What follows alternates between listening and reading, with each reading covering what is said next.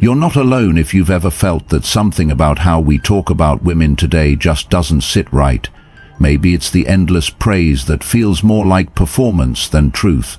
Maybe it's the harsh resentment disguised as honesty. Somewhere between idolization and bitterness, the truth got lost. And that truth, as uncomfortable as it may be, is exactly what we need to reclaim.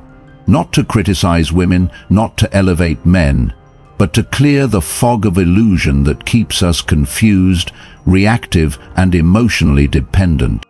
Stoicism doesn't chase comfort, it chases clarity. The Stoics taught that if something stirs discomfort in us, it's not to be avoided, it's to be examined. And in that discomfort, there's often something vital we've refused to see.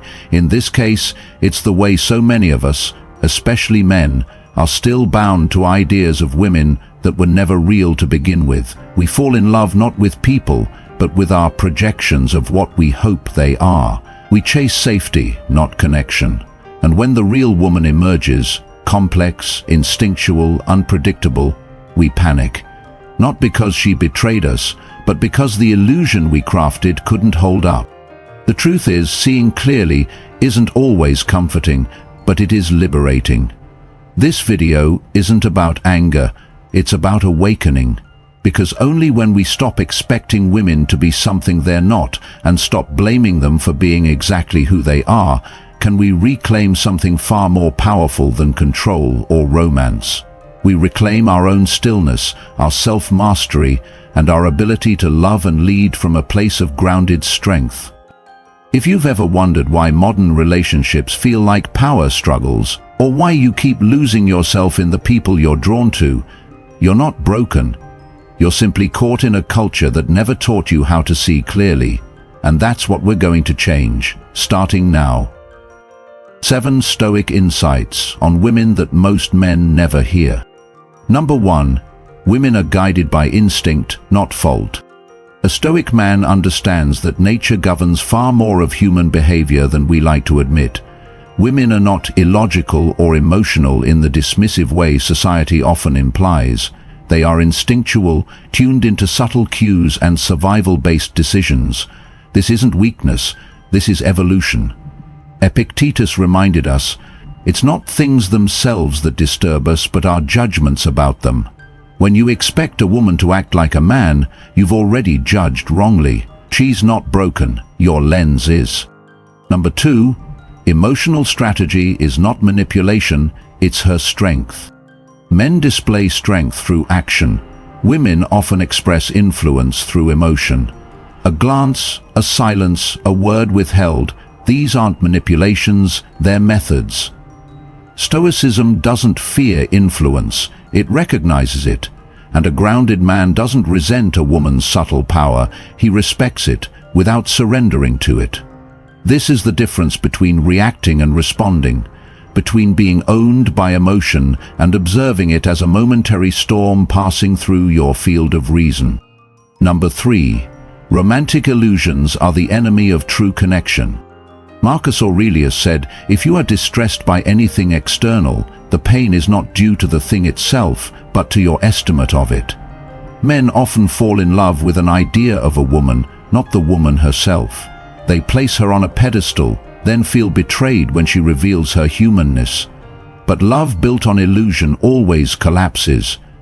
The Stoic man sees clearly. He does not demand perfection, he embraces complexity without attachment and offers presence without idealization.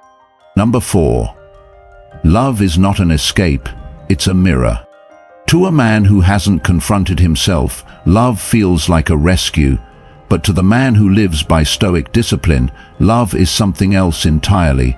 It is a mirror, a reflection of his inner clarity or chaos. A woman will not complete you. She will reveal where you are incomplete. Seneca said, a man who suffers before it is necessary suffers more than is necessary. If you suffer because she doesn't save you, it's because you haven't yet learned how to stand on your own. Number 5. She values presence more than performance. Most men try to impress. The Stoic man aims to remain. In her world of fast-changing emotions and uncertainty, The calm man is a lighthouse. He doesn't need to be loud, he doesn't need to entertain, he needs to be centered. Your consistency is your magnetism. Your stillness speaks louder than anything you could ever say. A man who is content in solitude becomes captivating in connection. Number 6. She tests because she feels, not because she plans. Women often test boundaries, sometimes through distance, sometimes through silence.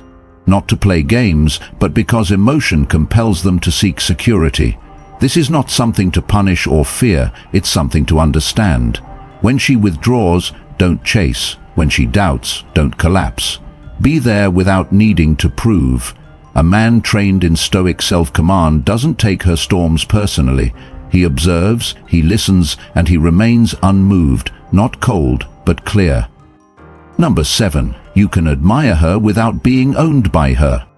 The Stoic man walks a fine line. He can admire a woman's beauty, grace, and spirit, but he does not make her his god. He remains sovereign. No man is free who is not master of himself, said Epictetus. And no relationship can thrive where one soul is enslaved to another's validation. Give freely, love deeply, but never lose yourself in the process. The one who walks away whole is the one who never handed away his center. Every one of these insights is not about blaming women, but about mastering your expectations. It's about seeing clearly, loving cleanly, and living with the kind of strength that cannot be bent by approval or rejection. And when you live like that, rooted in inner discipline and free from illusion, you become the kind of man she respects, whether she says it or not. The kind of man who sees the world as it is and remains unshaken. The man who sees without judgment. There comes a point in a man's life when he no longer sees people through the lens of reward or disappointment, of ideal or betrayal. He begins to see clearly, not because he has grown cold, but because he has finally grown still. This is the transformation of the Stoic man, not into someone emotionless, but someone free from illusion. He no longer judges women as good or bad, pure or manipulative, weak or dangerous. He sees them as human, complex, instinctual, powerful in ways he no longer needs to fear or worship. To see without judgment is not to be blind. On the contrary, it is to see more clearly than ever before. It is to notice the nuance in her behavior and understand its root, not react to its surface. When she pulls away, he doesn't panic. When she tests him, he doesn't resent. He understands that the storm is not personal, it is part of her nature and part of the shared human condition. Just as he has his own battles, she has hers. He does not expect her to carry his emotional burdens, nor does he offer himself as a savior to hers. He walks beside her, not ahead of her, not beneath her, not clinging. And if she walks away, he lets her go without bitterness, because his peace was never something she had the power to take. This man does not seek control through charm, nor does he submit to the need for constant approval. His sense of self is rooted in something deeper. Like Marcus Aurelius wrote, "Choose not to be harmed, and you won't feel harmed. Don't feel harmed, and you haven't been." That becomes his posture.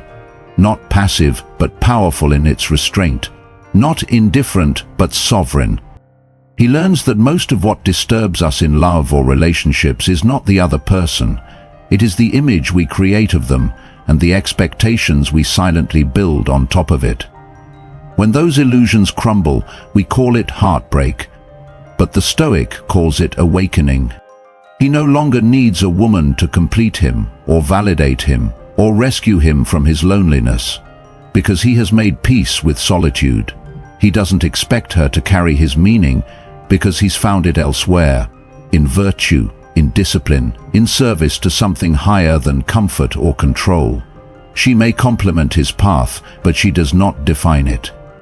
And from this place, this steady, unshakable place, he becomes magnetic. Not because he tries to be, but because people feel something rare in him. He's not reacting to life, he's responding to it with grace. That kind of presence is uncommon. It's remembered, it's respected, and in time, it's loved. Not for what it demands, but for what it quietly embodies. This is the transformation. Not a louder man, not a tougher man, but a calmer man. A man who sees without judgment, and in doing so, lives without fear.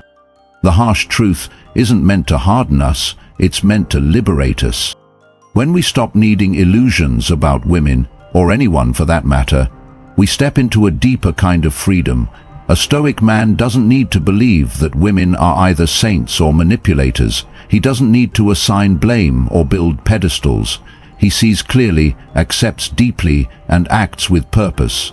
That clarity is the real gift. Because when you understand what drives people, not just women, but all of us, you stop taking things so personally.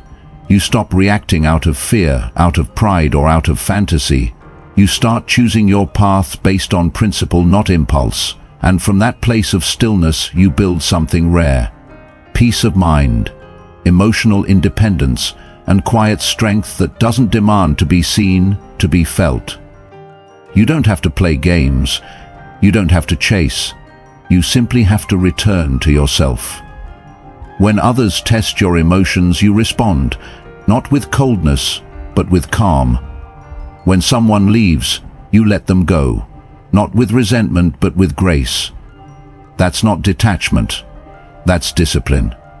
And in today's world, it's more powerful than ever.